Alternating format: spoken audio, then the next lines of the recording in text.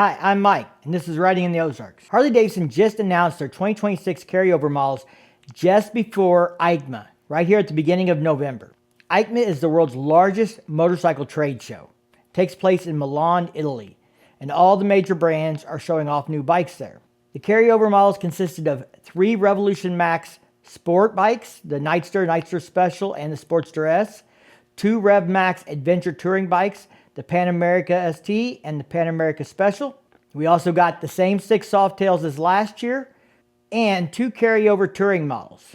And in typical Harley Davidson fashion for the carryover models, pretty much none of these models got any significant changes other than new colors and paint, maybe trim options, those kinds of things, but mostly cosmetic. The bigger story is what they're showing us on the website, but not really showing us. And I'm referring to these bikes that they're showing with a curtain over them. But they've given us the name of the model. And we know Chapter 2, the new models, are coming January 14th. This video is broken up into chapters, so you can jump around using the timestamps down below. Now, from the bikes that are under the curtain, we know 3 of them are limited models. The question is, will they get it right? And why I say that is many fans were upset with the Street Glide Ultra. It was kind of compared to the Ultra Limited in the press release, but people felt it was lacking certain features, things they expected in the Ultra Limited, and the Ultra didn't have it. So it really turned out the Street Glide Ultra was more like an Ultra Classic, and the models we're going to get now are Ultra Limiteds, and hopefully they're going to have all the bells and whistles. We're going to talk about that in this video. Now, one of the things they are doing is they're kind of rebranding. We're no longer going to have the term Ultra Limited. The Ultra Limited was the Batwing version, and then there was the Road Glide Limited. We're now going to have Street Glide Limited and Road Glide Limited. And the third bike that they're showing under the curtain is a CVO Street Glide Limited. Now, I felt the Street Glide Ultra was priced appropriately for the features it was missing. It was less than the outgoing Ultra Limited, and it had less of some of those features. For example, rear speakers, lighting on the trunk, lighting in the lowers, things like that. You could add those things if you wanted, but essentially with the Ultra, you were getting kind of a downgraded version. But it doesn't look like we're going to have the Ultra back in 2026 because it's not in the carryover models and it's not on the website. Maybe it was a trial or just a stepping stone to the Ultra Limited while they were working on the finishing the designs. Let's talk about what we can expect in these new limited models and make sure they're worthy of the moniker. What is it they have to really be a Street Glide Limited or a Road Glide Limited? Obviously, they're going to have the redesigned fairings with the 12-inch TFT display. That's the future, whether you like it or not. The great news is if you don't like it, there's plenty of used bikes on the market.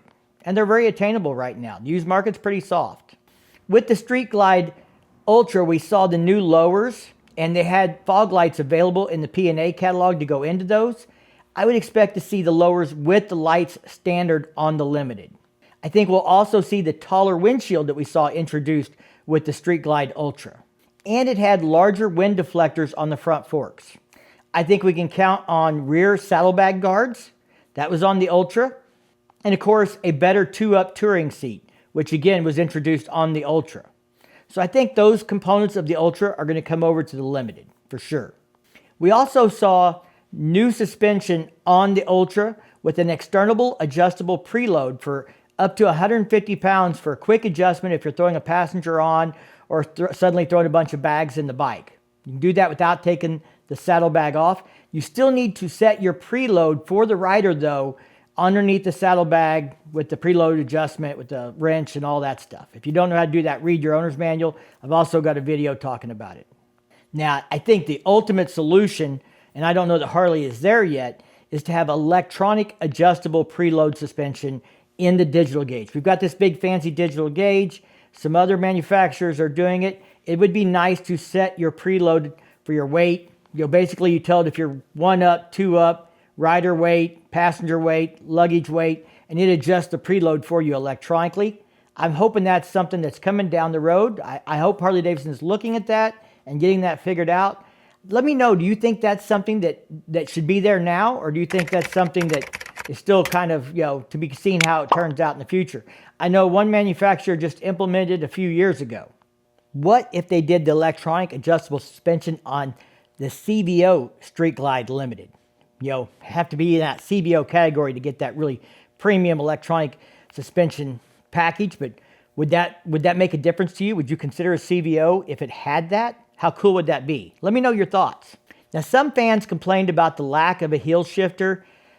The dealership where I buy my bike puts a heel shifter on every bike. And if you don't like it, you can take it off. But something they found that riders preferred. So they just put it on there as part of the package when you buy the bike. So I really didn't think much about that. But to me, that's a small potatoes thing. I mean, it's not very expensive and it's easy to do yourself. But do you think the Limited should have a heel shifter? Those were the biggest complaints I heard in my Street Glide Ultra video. The people who really thought it fell short, those were the things they complained about.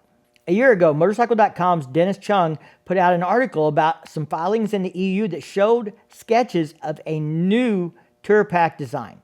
Now, this new design looks like it's got a little bit more of a slope in the back and maybe a little bit of a bubble in there. The thought is to maybe accommodate more storage, maybe it accommodates more full-face helmets or accommodates certain full-face helmets better. I don't carry full-face helmets in a Tour Pack, so I really don't know if there was a problem in the past, but I could see that design being altered to maybe accommodate that. The new Tour Pack design also showed a place for rear speaker pods and for lighting in the back of the trunk. So I think those are things we would see. So I think we would see this new design with the lighting and the rear speaker pods. Hey guys, I want to take a minute and thank today's sponsor. It's Beyond Riders. I've been wearing their gear for several years now. They've been supporting the channel. I really appreciate their support. I think they have great mesh shirts, riding flannels, soft shell jackets for when it's really cold out. Stuff really has held up well for me. I've been wearing it a lot, thousands of miles in their gear. I've got several friends who've had small accidents and gone out and bought one afterwards. Don't be that guy. Ride protected. Get some Kevlar lined armored riding gear, and you can use my discount code in the description down below to save a few bucks on your next purchase from Beyond Riders. I think they have some Black Friday specials going on, so make sure you check their website for clearance and Black Friday deals. And thank you, Beyond Riders, for sponsoring today's video. Now, the Ultra Limited in the past has had mirrors on the handlebars. I think that'll happen again. I think the Ultra had mirrors in the Batwing fairing. So I think the Ultra Limited will have mirrors like the Ultra Limiteds of the past had. It's not that big of a deal to slap those on there and avoid more complaints about, oh, Harley shorted us or cheated us out of something else. Now, the Street Glide Ultra came with heated grips. So I expect heated grips on these new Limiteds. Maybe the CVO would get something like a heated seat as well. I'm going to tell you, I have a heated sundowner seat for these new models, and it'll roast your chestnuts, baby, let me tell you.